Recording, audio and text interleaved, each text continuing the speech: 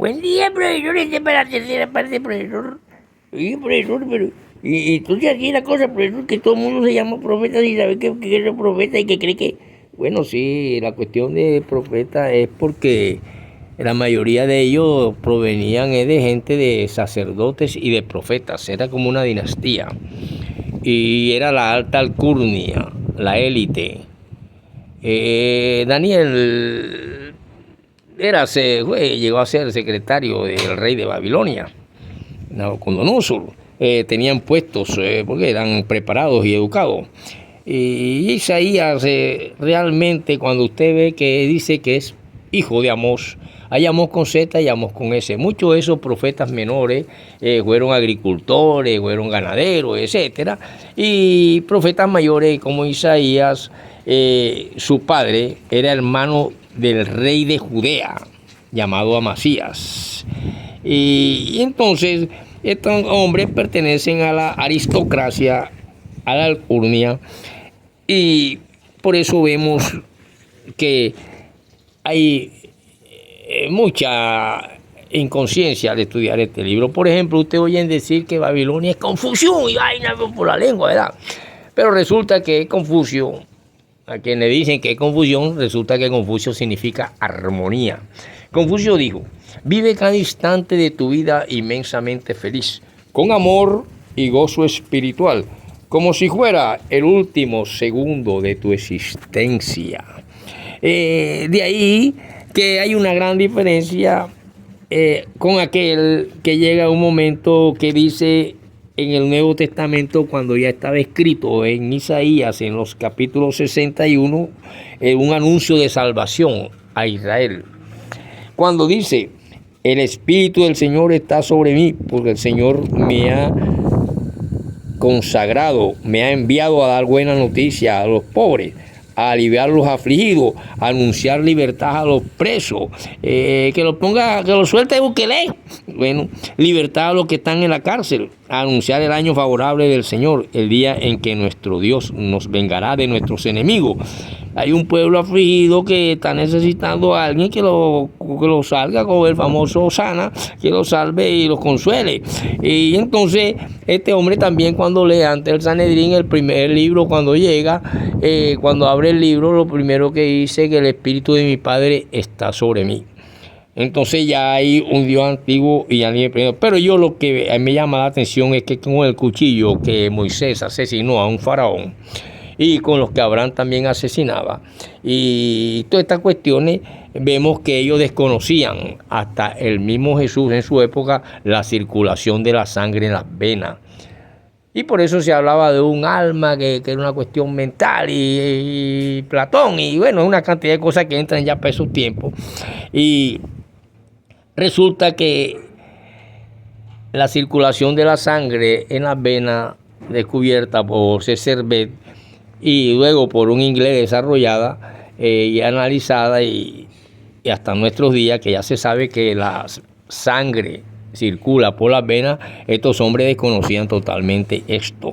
Por eso la palabra confusión en la China significa armonía, y en la Torre de Babel es que se confunden, que tal, que hay muchas confusiones. Yo quiero hablarle de este Isaías porque, igual que el negrito que dice que ahora estoy profeta en Nueva York, sencillamente porque me aprendí que pon carbones encendidos en mi lengua, pónsela para que se le queme, o todo lo puedo en Cristo que me fortalece. Pon un cable de alta tensión para ver si es verdad. Se confunde con estos hombres cuando resulta que este hombre, como Isaías, era sobrino del rey de Judea, Amasías. Y precisamente cuando vemos estos libros, estamos viendo los capítulos, estamos viendo marcos de circunstancias históricas donde entra Judá y Jerusalén, donde se relatan culpas de estos pueblos ante su Dios, y describe muchas cosas que tienen que ver con aquellas cuestiones, las promesas de alivio por el príncipe de paz comisionada por Yahvé, o por Dios, o por Jehová, o por el monoteísmo. Los capítulos 13 a 35 contienen una serie de declaraciones formales contra muchas naciones y un anuncio de la salvación que proveerá Dios En los capítulos 36 vemos que entran las cuestiones y sucesos históricos del reinado de Ezequías. Los capítulos 60 por ahí, 40, 65, tratan sencillamente sobre el tema de soltar de Babilonia a los cautivos. Este es cuando salen del cautiverio de Babilonia al regreso del resto de judíos y la restauración de Sión. Por eso estos mensajes van para ese pueblo, y a ese pueblo se le promete de que aquel hombre que no se le encontrará ninguna hermosura, porque su rostro desfigurado, sanguinolento, y ni un pedacito de piel ha sido explotada por el séptimo arte, que te van presentando cada vez a un ser más deforme y más resistente, con el sadomasoquismo, que se diferencia del confucianismo, que dice vive cada instante de tu vida con amor y goce espiritual como si fuera el último segundo de tu existencia. Y en este hombre que Confucio, que no significa ninguna confusión como Babilonia, sino armonía, porque logra que aquellos pueblos que vivían en guerra constante y guerras civiles, sacándose las tripas uno con otro en la China, durante el reinado de Confucio y de este filósofo Confucio, llegaron a vivir en paz y en armonía. Por eso Confucio significa armonía, y no es la Babel, la Babilonia, donde en un edificio de 5 plantas se confundieron las lenguas del mundo, y ahí viene el idioma y tal.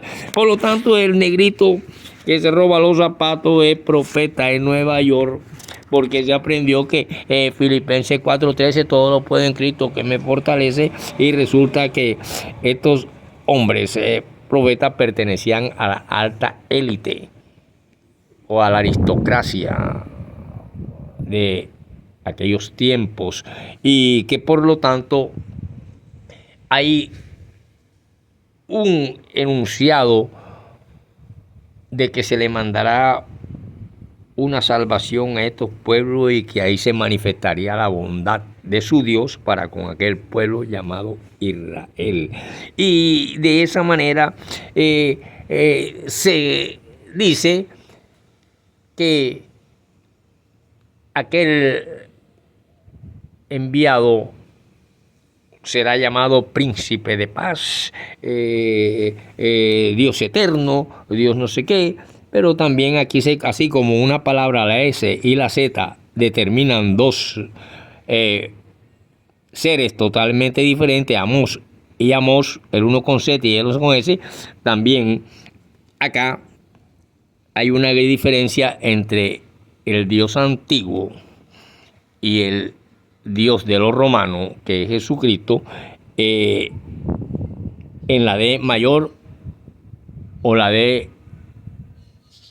menor, o sea, la D mayúscula y la D minúscula. Eso hace la diferencia en estos dos. Pero sin embargo, la gente sigue diciendo yo soy profeta o soy mago, porque la magia también tiene que ver con cuestiones sobrenaturales. Entonces, ¿qué pasa? Vayan al diccionario y busquen estas cuestiones para que sepan qué es magia, qué es milagro, qué es esta cuestión. Aquí yo quiero detenerme un poco precisamente para esa cuestión de la diferencia que hay entre Babilonia, que es confusión, y Confucio, que es armonía. El hecho de que Dios mandó a Isaías que escribiera juicios proféticos, que se ven allá en capítulos como el 30, por ahí. Ahora ven y dice, escríbelos sobre una tablilla con ellos e inscríbelos hasta en un libro para que sirva para un día futuro, para testimonio hasta tiempo indefinido. Estos libros se le han encontrado una gran autenticidad. El libro pero que usted esté creyendo que es profeta, es el negrito que se robó los zapatos del profesor Robinson y se robó un pantalón nuevo y una camisa y se metió por la puerta, y la hermana sale y le dice, él se desapareció, y fue porque salió por allá por la cerca y se robó la cuestión, y hoy en día es profeta porque se sabe a Filipenses 4:13, todo lo puedo en Cristo que me fortalece, y así por el estilo. No saben que esta gente era de la alta, no venían de vender bollo. Aquí en el barrio hay un poco que están aspirando al consejo, y están aspirando y ha sido correteado. Aquí hubo uno que se metió en la cama de mi abuela, abajo de la cama, en una madrugada a las 2:30 de la mañana venía en cuero corriendo, como que lo desnudaron la muñequera que le estaban metiendo, se deslizó y arrancó y de pronto se metió por el patio, y la puerta que le tenía abierta a mi abuela se metió bajo la cama. Hoy está aspirando al Consejo de Barranquilla y pertenece a la política de Sergel y del otro. Y entonces es de la gente que cree que la cuestión es nada más soplar y hacer bollo, pero no tiene ni idea de estos estudios. Entonces, por lo tanto, cuando nosotros vemos que hay un momento en que un Gibson explota el sadomasoquismo en un individuo que es ofrecido bíblicamente para resalzar a aquel pueblo, no es más que un contenido que aquel Dios había prometido a ese pueblo, que vendría para él una salvación, y por eso se habla de la bondad de ese Dios para con Israel, y le da oraciones para implorar su ayuda, cuando dice: mira, Señor, desde el cielo, desde el lugar santo y glorioso en que vives, donde están tus ardientes amores y tu fuerza, donde están tus sentimientos. ¿Acaso se agotó tu misericordia con nosotros? Tú eres nuestro Padre, aunque Abraham no nos reconozca, ni Israel se acuerde de nosotros. Tú, Señor, eres nuestro Padre, desde siempre eres nuestro Redentor. El actual Israel está padeciendo también bombardeo, guerra. O ya no es la navajita de Abraham que desconocía la circulación de la sangre, ni el puñal de Moisés con que mató al faraón, porque que desconocía la circulación de la sangre en las venas, ni cuántos músculos tiene el cuerpo, ni cuántos huesos tiene el cuerpo, que son 210. Hay cuerpos que tienen 420 porque nacen pegados por la columna vertebral, unos siameses o algo así por el estilo, y no sabía nada de esas cosas. Y hoy en día ya no es la navajita de Abraham, ni el puñal de Moisés, ni tampoco es un profeta, un vendedor de yuca que se aprendió 5 versículos y ahora son profetas en Nueva York y en muchas partes de aquí en Colombia, y en tantas cuestiones. Por lo tanto, Amós es diferente con ese Amós con Z, porque el Amós, que es padre de Isaías, era hermano del rey de Judea, lo que lo convierte a Isaías y a su padre como unos rabinos o una gente que está metida en la élite social y cultural de aquellos pueblos. Y así por el estilo, el Señor exhorta a su pueblo Israel y a Judá al arrepentimiento. Y esto lo hace en tiempo del rey Josías, cuando el Señor dice a Isaías que le dijo: ¿has visto lo que hizo la rebelde Israel? Fue y se dedicó a la prostitución, sobre todo, y sobre toda loma alta se exhibía, y bajo todo árbol frondoso.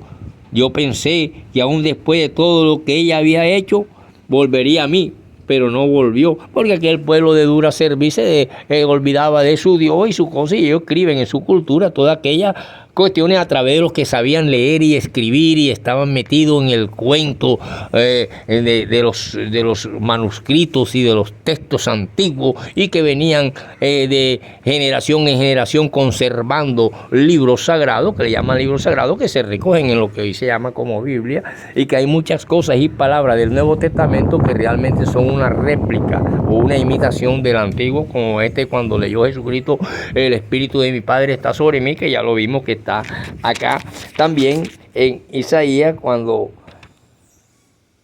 ese pueblo imploraba que lo ayudara su Dios. Entonces Confucio dice: vive cada instante de tu vida inmensamente feliz, con amor y gozo espiritual, como si fuera el último segundo de tu existencia, y no estés pensando aquí torturándote que vas para el infierno, que vas para el cielo, o que después de la muerte vienen unos sufrimientos peores que los de la vida, porque ese Dios es así.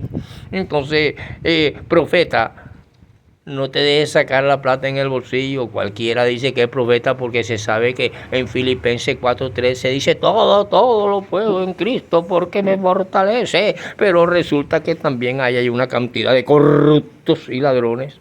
Nos vemos en la próxima. O dejamos esto en el tercer aquí episodio.